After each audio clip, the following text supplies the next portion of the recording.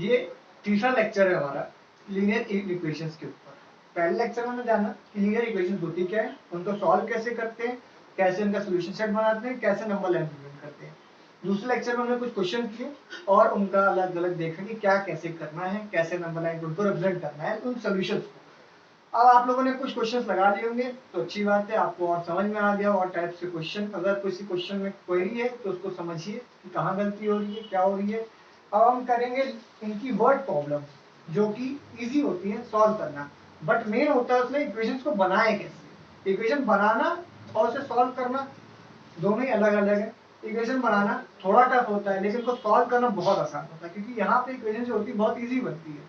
और कुछ एग्जाम्पल है, करते हैं उन्हें और देखते हैं कैसे इक्वेशन बनाएंगे, कैसे उन्हें सॉल्व करना है। वो हम पिछले के 2 लेक्चर्स में सीख चुके हैं।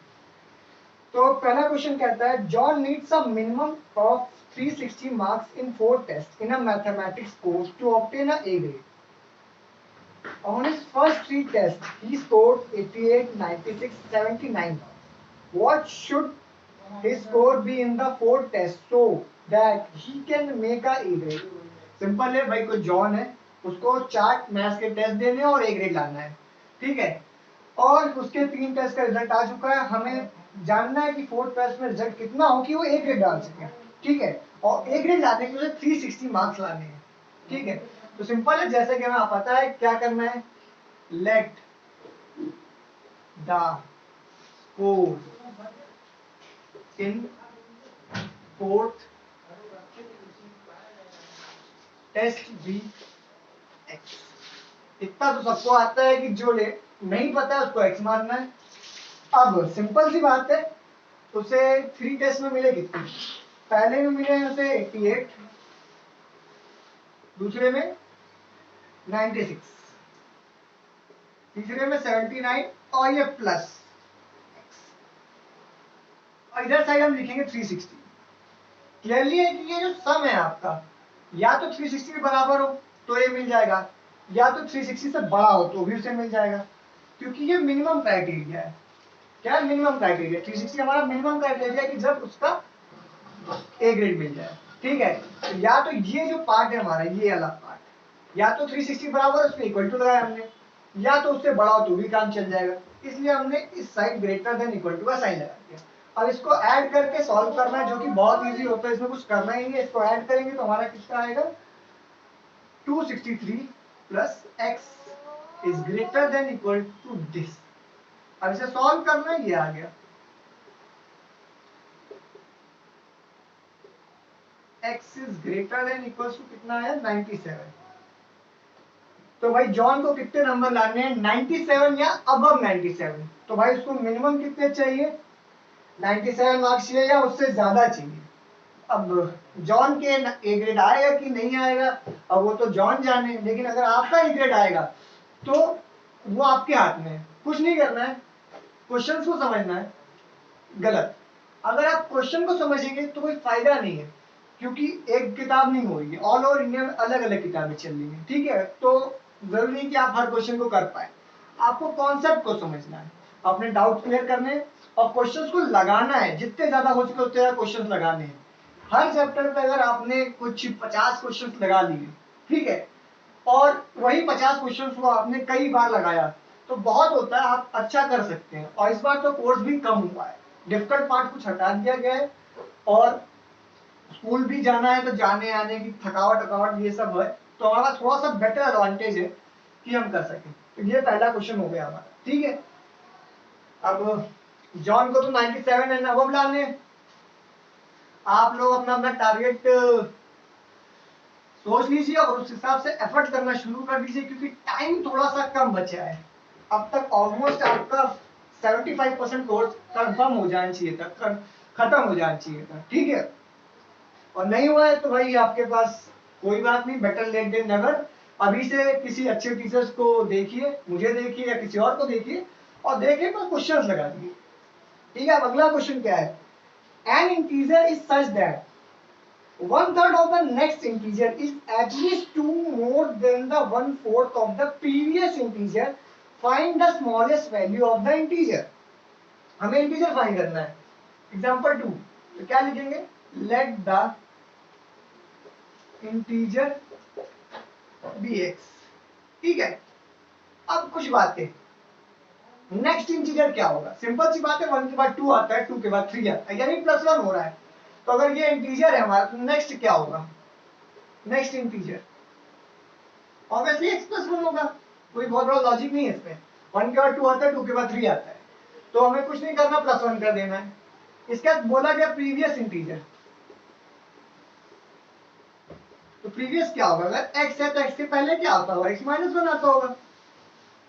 तो ये जो चीजें चाहिए कि हमने लिख ली। अभी क्वेश्चन में क्या बोल रखा है, 1/3 ऑफ द नेक्स्ट, तो 1/3 यानी x+1 का डिवाइडेड बाई 3, ठीक है, ये हो गया, ठीक। अब एक बात का ध्यान देना है कि ये क्या बोला कि at least 2 more than the 1/4 of the previous, तो यहां पे हम पहले प्रीवियस वाला लिख लेते हैं, ठीक है, 1/4। ये क्वांटिटी हमारी बड़ी है, ये क्वांटिटी हमारी बड़ी है, और क्या एटलीस्ट बड़ी है, यानी इक्वल टू यहाँ लगाना पड़ेगा, और ये बड़ी है तो यहाँ बड़ी का साइन लगाना पड़ेगा, और यहाँ पे 2 लिखना पड़ेगा, क्योंकि जब हम इसमें, ये छोटी क्वांटिटी है, इसमें जब हम 2 ऐड करेंगे तो ये इसके बराबर होगी और बड़ी भी हो सकती है, ठीक है।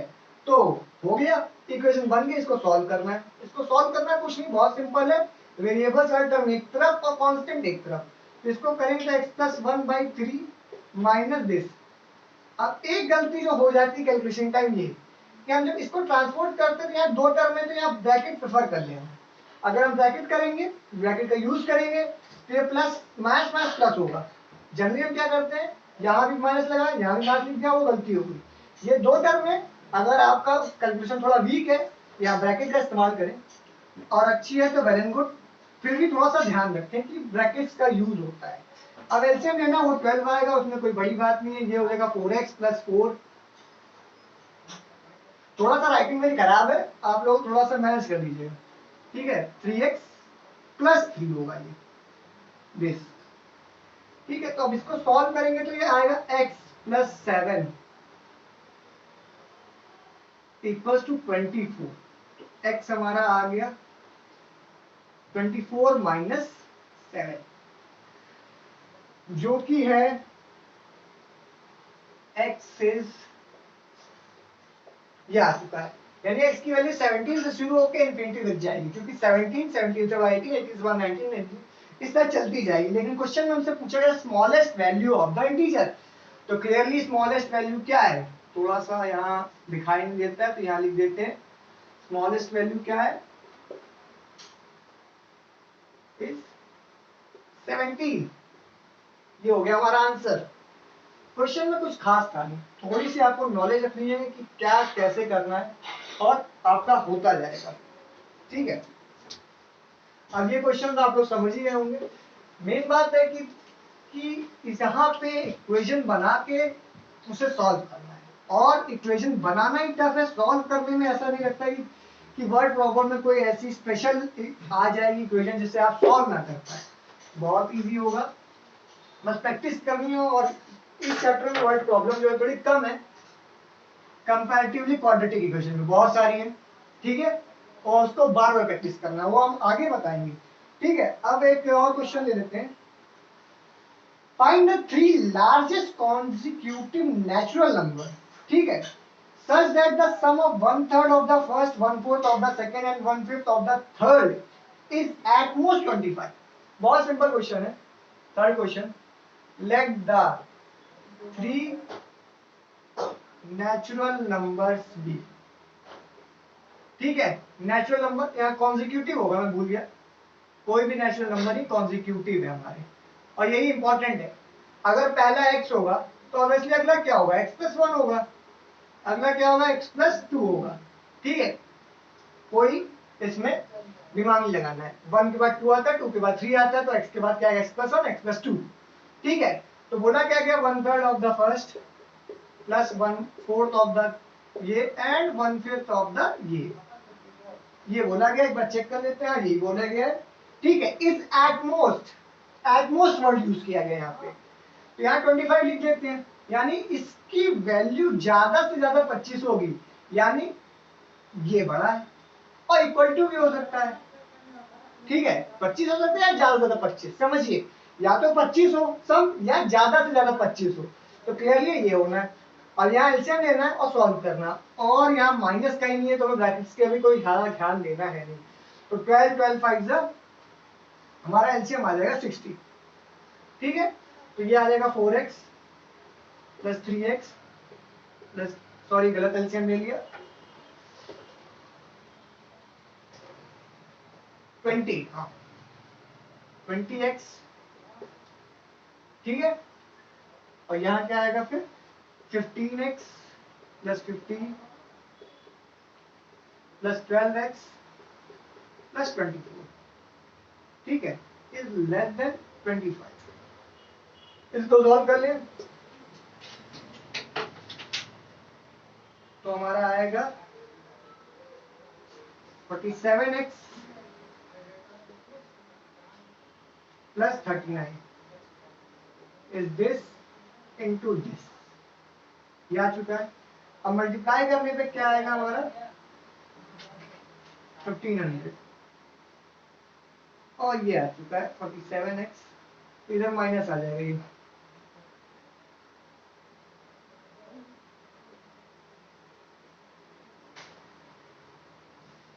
यहाँ पे इसको काटेंगे तो हमारा आंसर क्या आएगा, थोड़ा सा मिक्स में आ रहा है, जो कि आ रहा है 31 होल 4/47। अब ये आ गया आंसर। अब यहाँ पे क्या ध्यान देना है, x जो है स्मॉलर देन दिस और इक्वल टू है दिस, हमारा लेकिन नेचुरल नंबर है, और जो कि ये नेचुरल नंबर बिल्कुल नहीं है, ये एक फ्रैक्शन है, नेचुरल नंबर हो सकता है, तो इसको तो बात ही खत्म। अब इसके जस्ट बाद कौन सा नंबर आएगा, ऑब्वियसली 31 आएगा, तो हमारा x क्या हो जाएगा 31, क्या हो जाएगा 31। अब 31 के हमें लार्जेस्ट नंबर ढूंढने थे, एक बात याद रखना, लार्जेस्ट नंबर 31 से छोटा करके स्मॉलेस्ट ढूंढ लेंगे, यहाँ से जो लार्जेस्ट वैल्यू मिलेगी जो हम ले सकते हैं वो आई 31। तो x प्लस 1 क्या हो गया 32, और x प्लस 2 क्या हो गया 33। क्वेश्चन हो गया, काम खत्म। अब ये क्वेश्चन हो गया। अब इससे ज्यादा क्वेश्चन वीडियो बना के अपलोड करने से कोई खास फायदा तो नहीं है, क्योंकि क्वेश्चन तो आप कर लेंगे, इक्वेशन सॉल्व करना अलग चीज है, इक्वेशन बनाना अलग चीज है। और हर बार जब तक आप लोग खुद से नहीं सीखेंगे कि इक्वेशन बनाना कैसे, तब तक फिर कोई फायदा नहीं है, क्योंकि आप अगर इक्वेशन बना ही नहीं पा रहे हैं तो सॉल्व करके कोई फायदा नहीं है। अगर गलत इक्वेशन बनाए आंसर गलत आना है। तो कुछ बातें, जैसे कि कॉन्जिक्यूटिव नंबर की बात की जाए, अगर कॉन्जिक्यूटिव इंटीजर्स बोल दिए जाए तो पहला ये होगा, दूसरा ये होगा, तीसरा ये होगा, जितने पूछेगा ये इंटीजर्स के लिए। अगर बोला जाए इवन नंबर बोल दिया जाए, इवन, तो कुछ नहीं ये रहेगा। और इवन दो के बाद आते हैं, क्या आते हैं दो, पहला अगर x है तो दूसरा क्या होगा x प्लस 2 होगा, 2 4 6 5, और ये x प्लस 4 होगा। ठीक है, तो ये ध्यान रखना, अगर इंटीजर बोला गया कॉन्जिक्यूटिव तो आपको ये 3 नंबर लेने हैं, फिर उसका जो बोला गया जैसे बोला गया वैसे करना है। अगर इवन बोला गया तो ये ले लेना है, और अगर ऑड बोला गया है, क्या बोला गया ऑड, ये थोड़ा सा कुछ किताबों में दूसरे तरीके से लिया गया है, लेकिन मैं आपको स्टैंडर्ड बताऊंगा कि आप हर जगह लगाएंगे तो होगा। वो है 2x प्लस 1, 2x प्लस 3 और 2x प्लस 5। ठीक है, 2x प्लस 1, ठीक है, 2x प्लस 3 और 2x प्लस दिस। ठीक, ये हो गया, आपको ये लेना है। ठीक, और ये 5 है, थोड़ा 2 ऐड करना है, पहला 2x प्लस 1 लेना है, उसमें 2 ऐड किया 2x प्लस 3, फिर 2 ऐड किया 2x प्लस 5, इस तरह और नंबर लेना है। और इसको डिटेल में हम तब पढ़ेंगे जब हम क्वाड्रेटिक इक्वेशन पढ़ेंगे, क्योंकि उसमें बहुत सारे क्वेश्चन है अलग अलग तरीके के, तब हम ध्यान से देखेंगे कि किस टाइप के क्वेश्चन को कैसे सॉल्व करना है। ये कुछ छोटी छोटी बातें हैं कि आपको ध्यान रखना है कैसे करना है, अगर ये बोला गया तो ये लेंगे, वेरिएबल्स क्या लेंगे। और एक बात का और ध्यान, आपको ये ध्यान देना कि आपके कोर्स में क्या है। अगर आप 1 वेरिएबल ही कर रहे हैं तो आप 1 वेरिएबल प्रेफर करिए, ये नहीं कि आप 1 वेरिएबल कर रहे हैं और आपने 3 अलग अलग वेरिएबल ले लिए, तो फिर वो और कॉम्प्लिकेट करेगा आपका काम। ठीक है, और क्या पता आप निकाल पाए वैल्यू या नहीं निकाल पाए, निकाल पाए तो भी आपका टाइम वेस्ट होगा। इसीलिए जो आपके कोर्स में है उसी को फॉलो करिए, ठीक है। और क्वेश्चंस लगाते रहिए, जैसा कि मैं बार बार कहता हूँ, क्वेश्चंस लगाने से ही मैथ्स आएगी और कोई दूसरा तरीका नहीं। जितने ज्यादा क्वेश्चन लगाएंगे उतना ज्यादा आपकी एक्सपर्टीज होगी, उतना ज्यादा आपकी नॉलेज बढ़ेगी। क्वेश्चन लगाते रहिए, डाउट्स को क्लियर करते रहिए और कॉन्सेप्ट को समझते रहिए, बस यही कहेंगे।